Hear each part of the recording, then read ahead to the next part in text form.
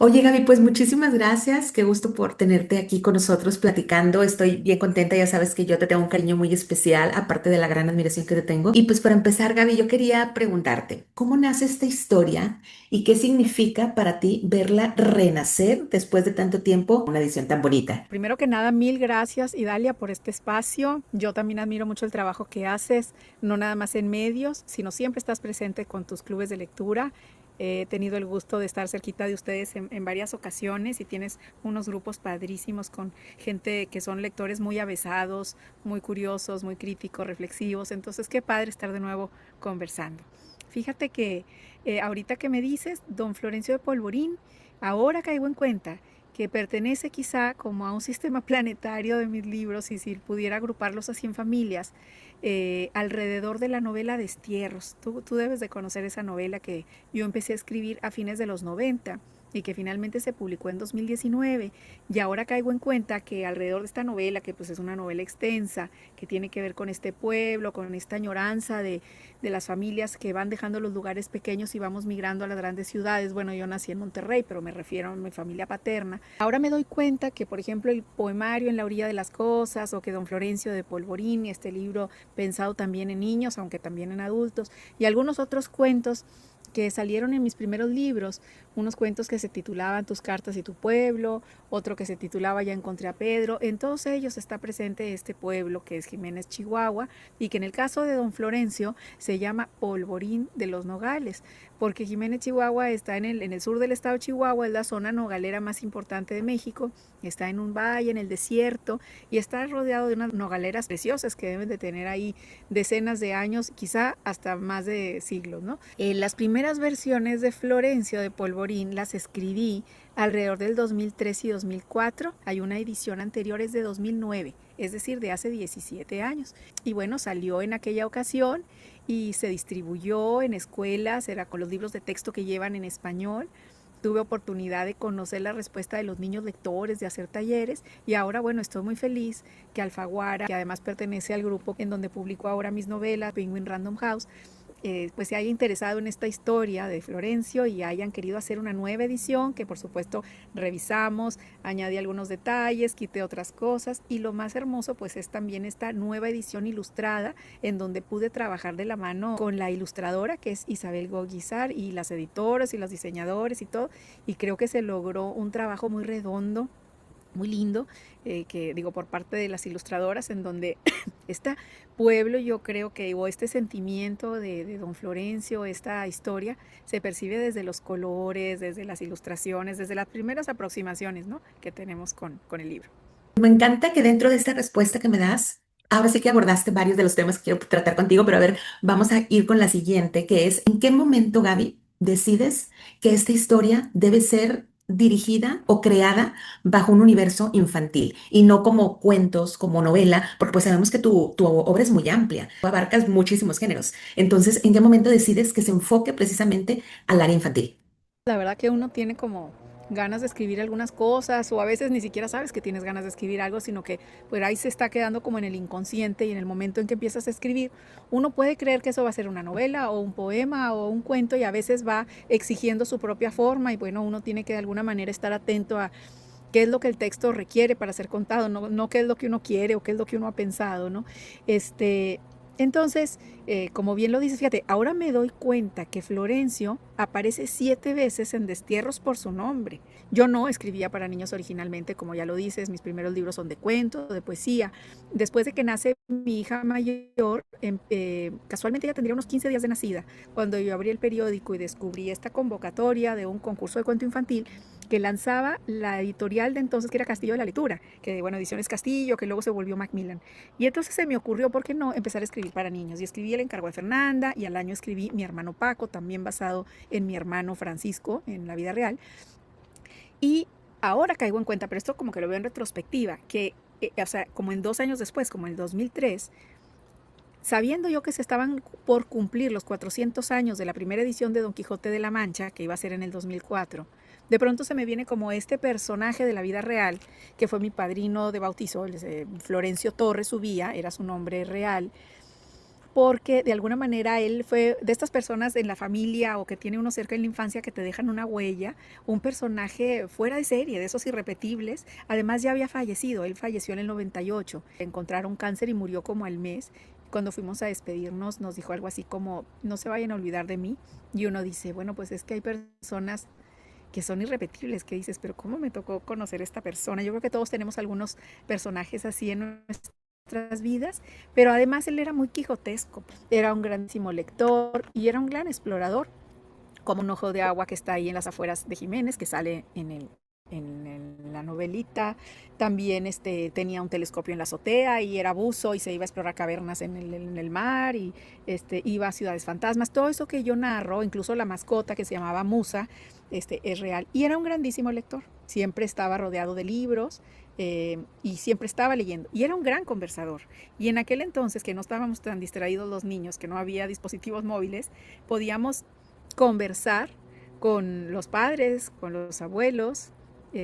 Entonces, bueno, pues también era un gran conversador. Yo percibo, o por la dedicatoria que haces, por lo que has platicado, mucho se habla de que la literatura es como un ejercicio de memoria, como de resistencia, y dije, bueno, yo creo que ella está haciendo esta historia precisamente con la finalidad de honrar la memoria de tu padrino a través de la literatura, y pues ahorita me lo estás confirmando, y precisamente también abordas la presencia de Musa, la perrita, que me encantó, Gaby, porque bueno, la presencia de estos animalitos pues son importantes, y me encantó el nombre de Musa. Yo pensé que había sido tu creación. Ahorita me dices que así se llamaba, porque bueno, para mí Musa me hacía referencia a la inspiración. Y dije, no sé si en algún momento Gaby introdujo el nombre de la perrita como haciendo alusión a esto o cómo creó este personaje. O sea, si existía. Así es, me habían comentado años atrás lo mismo. Qué buen nombre, Florencio, y qué buen nombre, Musa. Yo no inventé ninguno. Así se llamaba la mascota y así era una perrita chihuahueña que de verdad creció mucho porque le daban de comer como si fuera ser humano, hasta filete de res le daban y todo. Y así se llamaba mi tío Florencio. Entonces, ahora sí que en la realidad, por eso dicen la realidad supera la ficción, ¿no? Bueno, ahí hay siempre cosas de que echar mano para la literatura, ¿no? Aquí también, Gaby, qué privilegio es dedicarse a ser bibliófilo y qué prodigio la persona que lo ejerce, porque pues en el sentido etimológico de la palabra es alguien que ama los libros, o sea, alguien que está, digamos, enamorado de toda la literatura, que los cuida, que los trata con aquel amor y aquel cariño con el que se trata a una persona. Entonces, yo quisiera que tú nos platicaras un poquito, pues en esta época, digamos, tan marcada por las pantallas, dominada por la tecnología, ¿cómo consideras que podría formarse un buen lector, un amante de los libros? Y yo creo que de alguna manera, pues el libro es un homenaje a todo lo que está alrededor del libro como objeto que llegó para quedarse, como bien lo dice Irene Vallejo. También el acto de la lectura, que es algo que cada vez está más como los ratos que podemos dedicar para estar con nosotros mismos, cada vez están más en vías de extinción, ya sea para tocar un instrumento, para contemplar un paisaje o caminar, o sea, de muchas maneras. Creo que cada vez es más difícil.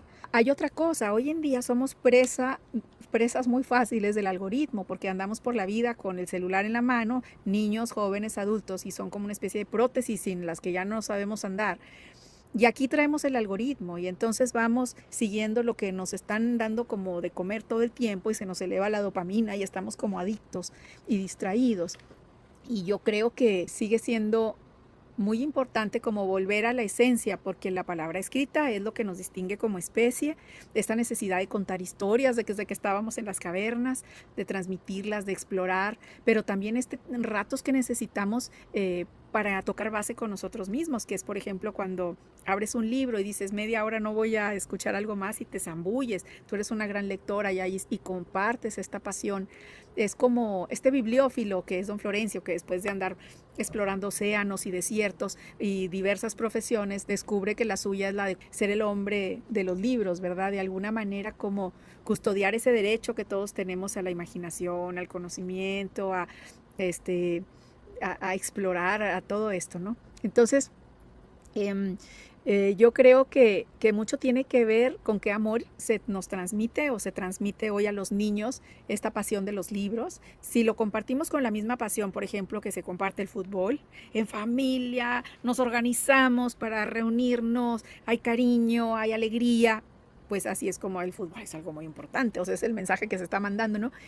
Yo he visto que, por ejemplo, tú cuando tienes un grupo de lectura o los profesores que en los colegios o en las escuelas contagian así a los niños pequeños de las historias, también de la vida del autor, de lo que sucede con los personajes y logran que los lectores hagan clic con eso que está ahí, tiene que ver con algo que ellos sienten, con algo que ellos piensan, con algo que ellos desean. Pues yo creo que ahí se hace la sinergia y entonces los libros se vuelven como indispensables, o el acto de la lectura, el acto de contar historias, de la imaginación, el acto de la escritura, porque también a veces en esa posibilidad de vamos a jugar con las palabras, vamos a jugar a escribir, nos damos cuenta de muchas cosas que nos habitan y que no teníamos ni idea de ello, ¿no? Entonces, bueno, yo creo que hoy leer es como un acto de resistencia y para niños, adolescentes, jóvenes y adultos tenemos que buscar ese tiempo en donde no nos interrumpan, pero no nos dejemos interrumpir por nuestros dispositivos tan demandantes. Y bueno, pues aquí está don Florencio que simboliza esa posibilidad y cómo contagia a todos en su pueblo, cada quien, que es el carnicero, que es el panadero, que es el doctor, y cómo a todos se les va transformando la vida, ¿no? Cada uno y qué pasa cuando todos en el pueblo leen, ¿no? Cada uno de su manera, porque es un acto de libertad que tenemos que defender. Creo que también antes era muy importante para toda familia contar con una biblioteca en su casa. O sea, yo creo que era indispensable. Todos teníamos un cuarto que estaba destinado exclusivamente a los libros.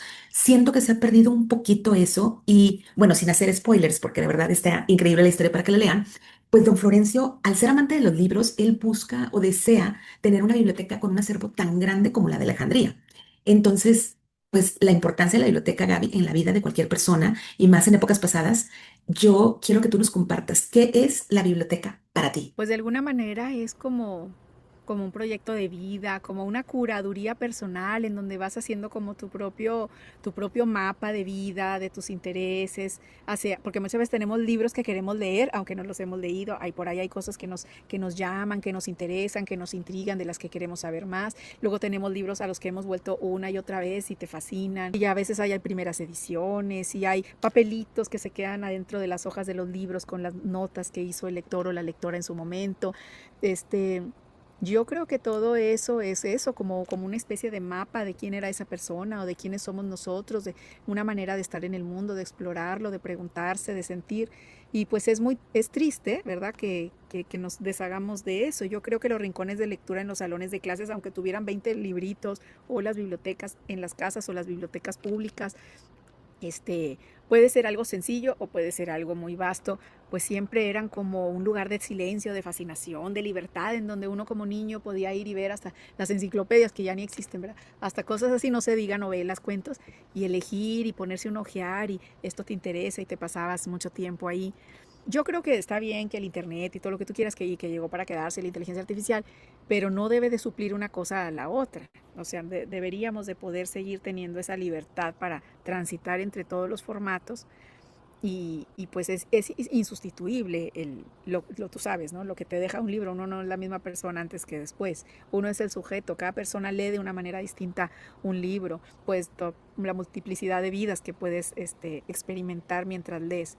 Pues el cine y los documentales y TikTok y todo eso son diferentes experiencias, pero no tienen esta plurisignificación que tiene la lectura, ¿verdad? Esta multidimensionalidad, ¿verdad? Que es una maravilla.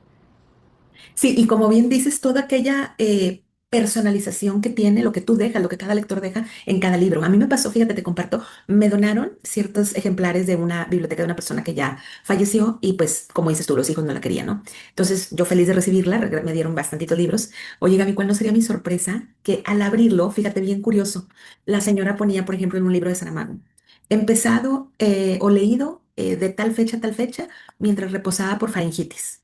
Y lo que más me llegó, que yo dije, "Ah, de plano que fue una coincidencia preciosa, cuando ella pone su nombre se llamaba Idalia, igual que yo. O sea, ¿sabes lo que significó? Ajá. Yo dije, no, no, no, o sea, de esas cosas que dices realmente son un regalo precioso, ¿verdad? Que te dan los libros. Y eso justo es lo que dices, ¿no? Estas bellezas que encontramos como para conocer a la persona, aún sin haberla conocido, a Sí, través de los libros que leyó.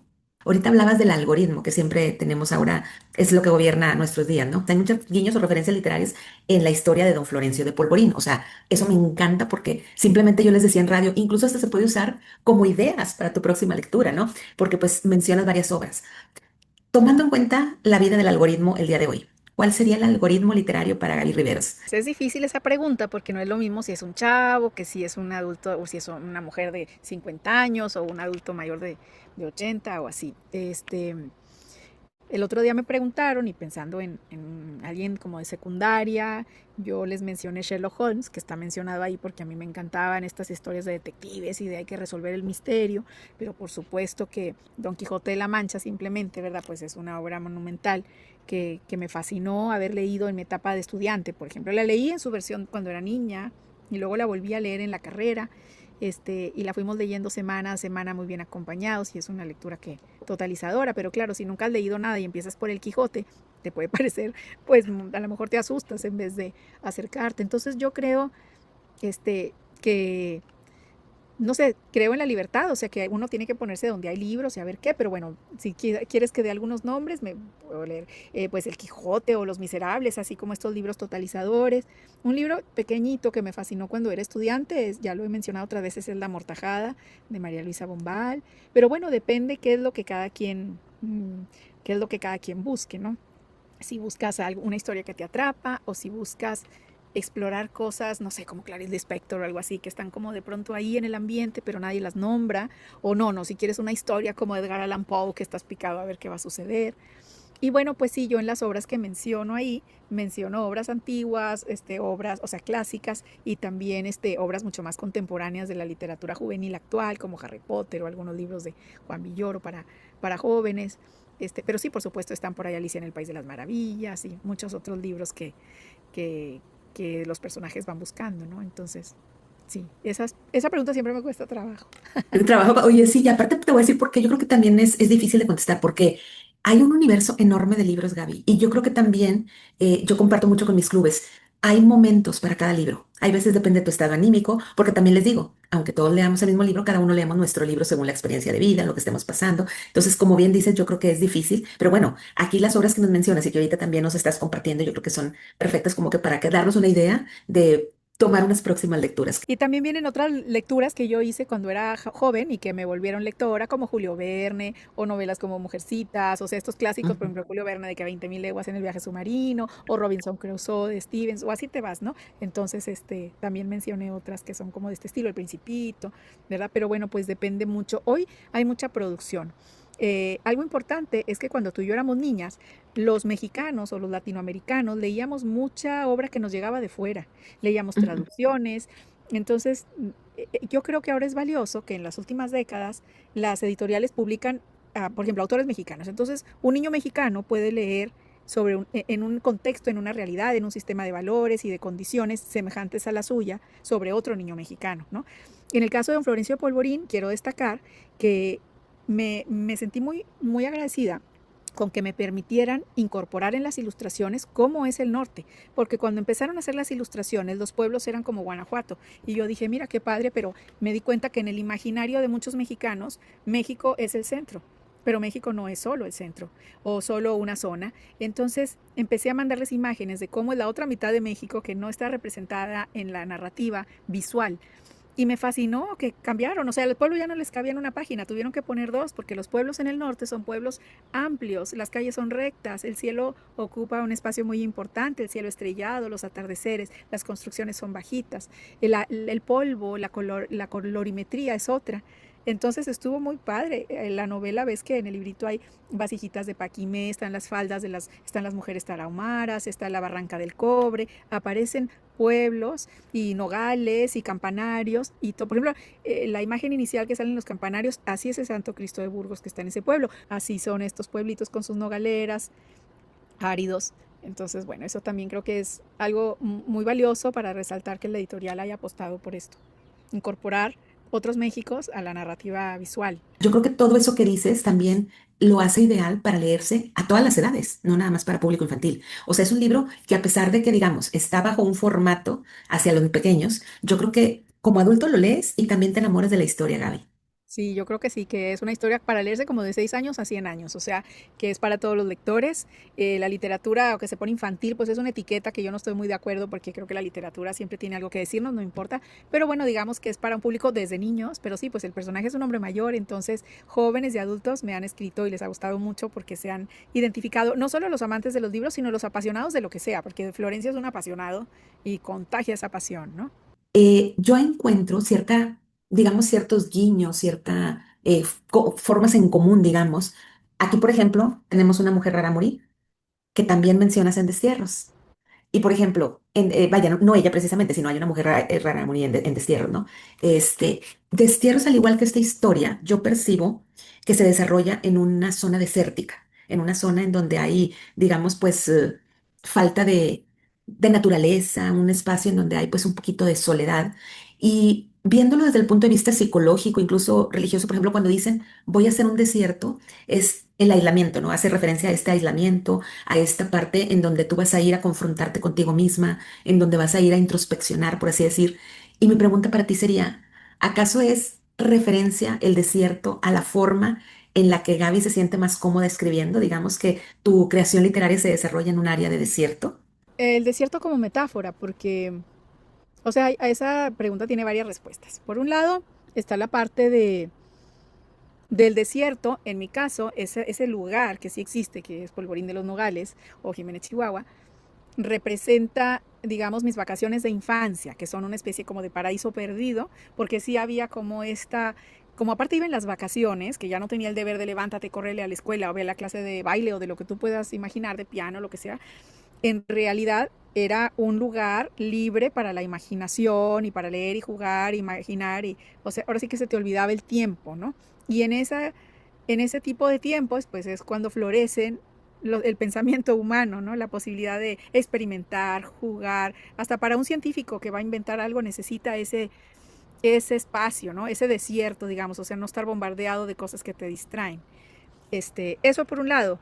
Eh, por otro lado, no, bueno, yo creo que a mí me gusta todo, me gusta el desierto, me fascina, porque bueno, el desierto algo que tiene bellísimo es, por ejemplo, el cielo. Tú puedes ver el cielo estrellado, puedes, los atardeceres de desierto son incluso a veces más bellos que los que son en el mar. Entonces, bueno, tiene como una estética el desierto. Pero a mí me gusta todo, me gusta la selva, me gusta el bosque, me gusta lo que es, ¿cómo te diré? Yo creo que en realidad ahí sí es más bien como una metáfora, o sea, un espacio en donde estés libre de distracciones que te distraen y te alejan de eso que quieres. Por ejemplo, el otro día le decía yo a alguien que cuando tú quieres contar una historia es como si te acercaras a tomar un caracol. Yo cuando era niña me fascinaba tomar los caracoles y escuchar. Y se oía, y entonces te decían, se escucha el mar. Y entonces de pronto hay cosas en nuestra vida que así tienen como un eco, como una voz que está ahí casi enmudecida y quiere ser contado. Pero si todo el tiempo estamos distraídos, pues no, ¿verdad? No la vamos a escuchar o va a acabar por silenciarse. Entonces yo creo que sí, hay desiertos, aunque estemos en el bosque o en el mar, que debemos de buscar a veces esos espacios para reconectar con nosotros mismos, para el pensamiento o la creación o lo que sea. Para ir cerrando un poquito, quiero que nos invites, como decía ahorita, don Florencio de Polvorín y su prodigiosa profesión es para leerse desde pequeñitos hasta ya viejitos, esas personas que ya estamos están en el ocaso de la vida. ¿Cómo invitarías a leer esta hermosísima historia, Gaby? ¿Por qué leerla? ¿Cómo leerla? ¿Por qué acercarnos a ella? Yo los invitaría a que se den permiso de acercarse a conocer a este personaje tan singular que es don Florencio, mexicano, latinoamericano, norteño, tan apasionado de lo que hace como algunos de nosotros o algunos de las personas que conocemos. Un hombre que deja huella, una huella muy linda, que transforma a su comunidad. Este, y bueno, pues cada quien que encuentre la manera, podemos compartirlo leyéndoselo a alguien, ya sea pequeño o adulto mayor, o podemos leerlo en silencio, podemos disfrutar estas bellísimas ilustraciones. eh, y bueno, pues yo los invito a que disfruten este libro. Ya está a la venta en todas las librerías. En mis redes también me podrían seguir y yo voy a estar visitando algunos lugares. Pues yo los invito no solo a que lo lean, sino que además lo compartan con sus seres queridos. Este, y bueno, pues yo creo que todos de alguna manera se van a sentir cercanos o identificados en algo con este personaje. Totalmente de acuerdo. Y yo creo que como mencionaba justo en el programa de radio, yo creo que todos en algún momento dado de la vida podemos llegar a ser unos bibliófilos. Entonces, pues qué mejor que conocer a don Florencio en su entorno, en aquella pasión que él tiene y que nos comparte. Y pues que creo que muchos de nosotros tenemos y podemos, como dices tú, sentirnos inspirados, así como él te inspiró a ti, pues, para, no, no nada más para esta historia, sino creo que para gran parte de tu carrera literaria, Gaby. Oye, Gaby, pues muchísimas gracias de verdad por este tiempo. Gracias. Gracias también a don Florencio Torres por existir y por haber inspirado en ti esta maravillosa historia que tras muchos años, pues la retoma bajo el sello del Alfaguara Infantil y que creo que con esto, como bien dices, con estas ilustraciones preciosas, todavía pues es muchísimo más disfrutable, enamorable, porque pues ahora sí que se combinan todos los sentidos, ¿no? Se combina también la imaginación al leer, pero también este sentido de la vista al estar percibiendo y disfrutando de ilustraciones tan bonitas. Y pues ahora sí que estamos pendientes de lo que viene para ti, Gaby, y muchísimas gracias por tu tiempo y por esta historia y todas y cada una de ellas, porque ahora sí que te mueves en cuento infantil, novela histórica, novela de ficción, no, bueno, ¿qué hay que no hagas, Gaby? Dime, por favor. No, no, no, muchas gracias, gracias, Idalia. Al contrario, gracias por tu lectura, por tus preguntas, por esta conversación y por este foro tan padre que tienes. Mil gracias. Aquí estoy. Gracias. Muchas gracias a ti, pues seguimos en contacto. Claro que sí. Gracias.